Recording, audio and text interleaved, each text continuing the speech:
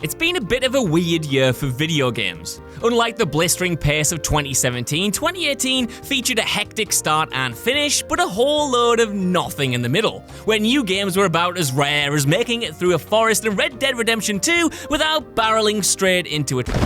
Still, the past 12 months will be remembered as being home to some of the biggest releases of the entire generation. On the other hand, some of the generation's biggest disappointments also limped onto shelves in between this orgy of greatness. From high-profile sequels that could tarnish entire franchises going forward to some of the most broken, buggy garbage fires that somehow only got worse as patches tried to fix them, while some developers reached higher heights than ever before in 2018, others suffered a pretty major fall from grace. I'm Josh from WhatCulture.com, and these are the 10 most disappointing video games of 2018. Number 10, We Happy Few. I mean, just look at this. Look at it! How did this ever come out? We Happy Few is so disappointing, not simply because it dropped this year and was a buggy mess, as you can see, but because it's already disappointed players once before when it came out in early access.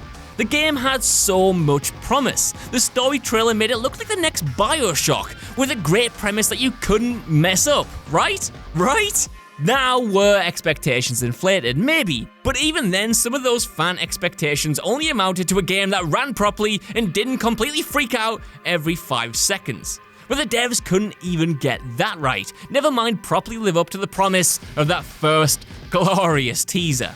You know what they say though, fool me once, shame on you, fool me twice, and we'll never pre-order a game again. Like, seriously, they don't deserve it. Number 9, Dynasty Warriors 9. Even though it's been chugging along fine for years now, contempt has been brewing in the Dynasty Warriors fandom. As Koei Tecmo continued to milk the franchise for all it's worth, churning out sequels and seemingly putting in the bare minimum effort into each one, there was the hope that the 9th main installment could right the ship. Instead, it sank it. While it didn't take a total beating from critics, die-hard fans revolted against it, with the most common complaint being just how lazy it was. The idea was to transform Dynasty Warriors into an open-world game like Assassin's Creed or Just Cause, but unfortunately the devs seemed to only take all the worst ideas and habits from those releases and completely forget about the good ones. Yeah, Jules loved it, but if you wouldn't trust a man with your own mother, then you shouldn't trust him about your games. Just kidding. Love you, Jules. Number 8, Battlefield 5.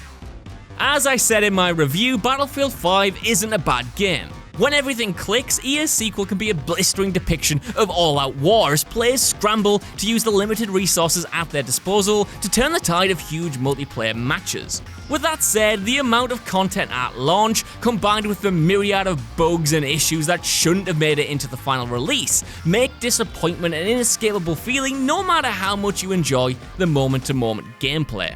Booting up the sequel to find that a lot of the features talked about before launch weren't available, such as the Battle Royale and Tides of War live service, was genuinely deflating, as was some balancing issues with the medic class and frustrating glitches that made long sessions a total test of patience.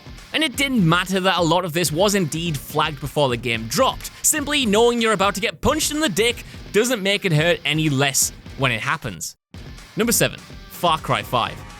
Another game of two halves. There's so much in Far Cry 5 to love. The gameplay loop of exploration, scoping out enemies and taking them out by any means necessary is better than it's ever been. And the lush Montana sandbox itself is full to the brim with fascinating environmental stories to stumble across. Sadly, while you can make your own fun, the actual bulk of the story, all about twisted religious cult leaders threatening the end of the world, at no point lived up to its potential. There were flashes here and there, sure, cool threads about brainwashing and hypocrisy, but they were pushed mostly to the side in favour of misplaced humour and a rote, repetitive structure of performing the same basic missions in order to take down each area's leader.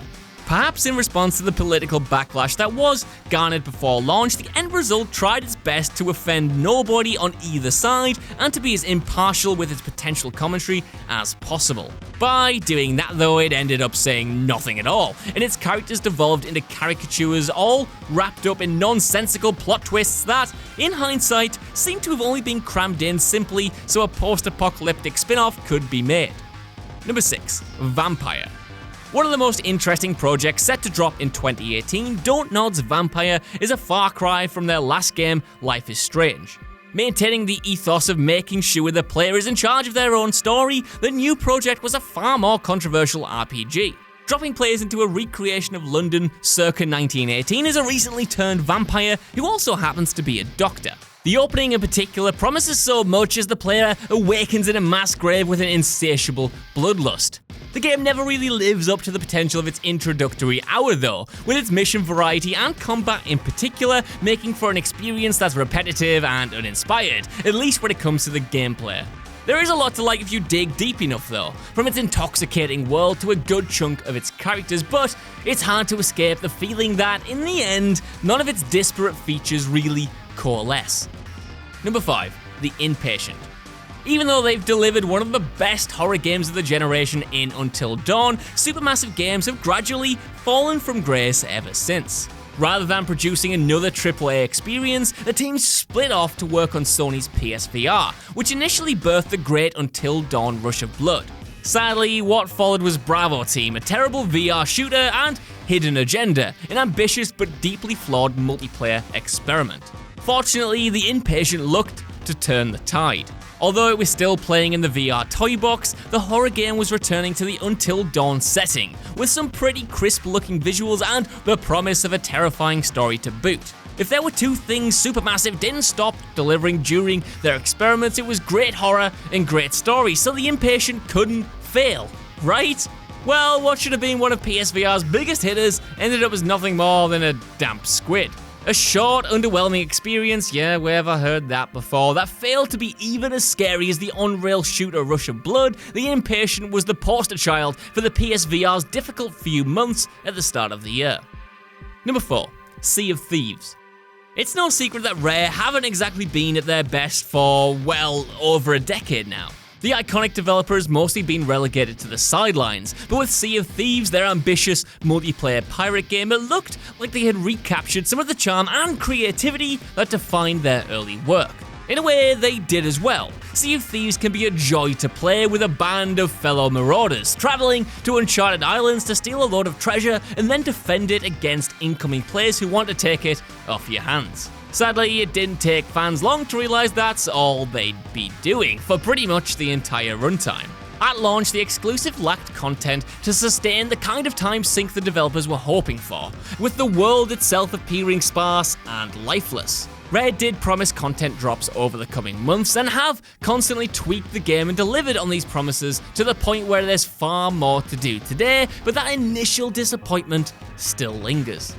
Number 3. State of Decay 2. In a generation where Microsoft have been lacking in quality exclusives, the zombie survival game State of Decay became a surprising heavy hitter for the company. The original garnered a loyal fanbase with its constantly evolving world, offering a genuinely unique experience that the competition just didn't have.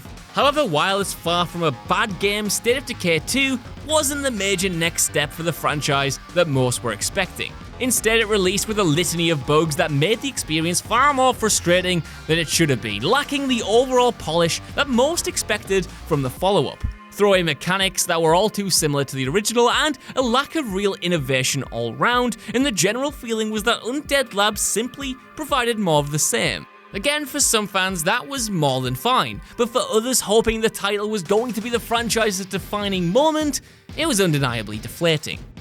Number 2. The Quiet Man. Okay, alright, so let me explain how The Quiet Man could ever be considered a disappointment. The game clearly looked troubled from its strange as all hell first announcement, followed by Square Enix just dropping the title onto storefronts seemingly out of nowhere. With that said, underneath the weird marketing and odd FMV cutscenes was a genuinely ambitious idea. Attempting to represent what it would be like to be a deaf video game protagonist, The Quiet Man's story plays out almost entirely in silence, with few subtitles letting the players know what's actually going on. Consequently, it's on them to piece it together, just like the hero they're controlling, which could have made for a unique, insightful challenge. Unfortunately, said story would be virtually incoherent even if there was sound, which there is by the way, as the game can be played for a second time with the dialogue turned on. Even worse, the ambitious idea at the heart of the title is obfuscated by terrible gameplay and even worse acting, resulting in one of the worst releases of the year. Number 1. Fallout 76. Let's face it, it could have never been anything else, could it? Bethesda's first foray into the hazardous realm of online multiplayer live services, Fallout 76 has continued to be an utter train wreck since it launched earlier in November. A multiplayer spin-off could have genuinely been a fine idea if pulled off well, but with every passing day it's clear that Bethesda put in the bare minimum amount of effort to push it out the door. From the quests, to the enemies, to the actual world itself, even the moment-to-moment gameplay would have been underwhelming, but it's the sheer amount of bugs and issues that have made the title so notorious. Put simply, the game barely functions, and when it's not throwing broken missions at you, it's leaking every player's personal information onto the web. Yeah, cheers for that, Bethesda. Love that. That was great to wake up to. The disappointment extends beyond the game itself, though, as Bethesda couldn't even ship the right bag out to fans who picked up the expensive special edition. It's been an absolute shambles of a launch, to the point where it's not even funny to laugh at, it's just genuinely sad. I have sleepless nights over this game. Just make it good. So that's our list. I want to know what you guys think down in the comments below. Are you as disappointed with these games as I am, and are there any that I missed off here? Either way, could you give us a like, share, subscribe, and head over to WhatCulture.com for more lists and news like this every single day. Even if you don't know, I've been Josh, you've been watching WhatCulture, and I'll see you soon. Bye.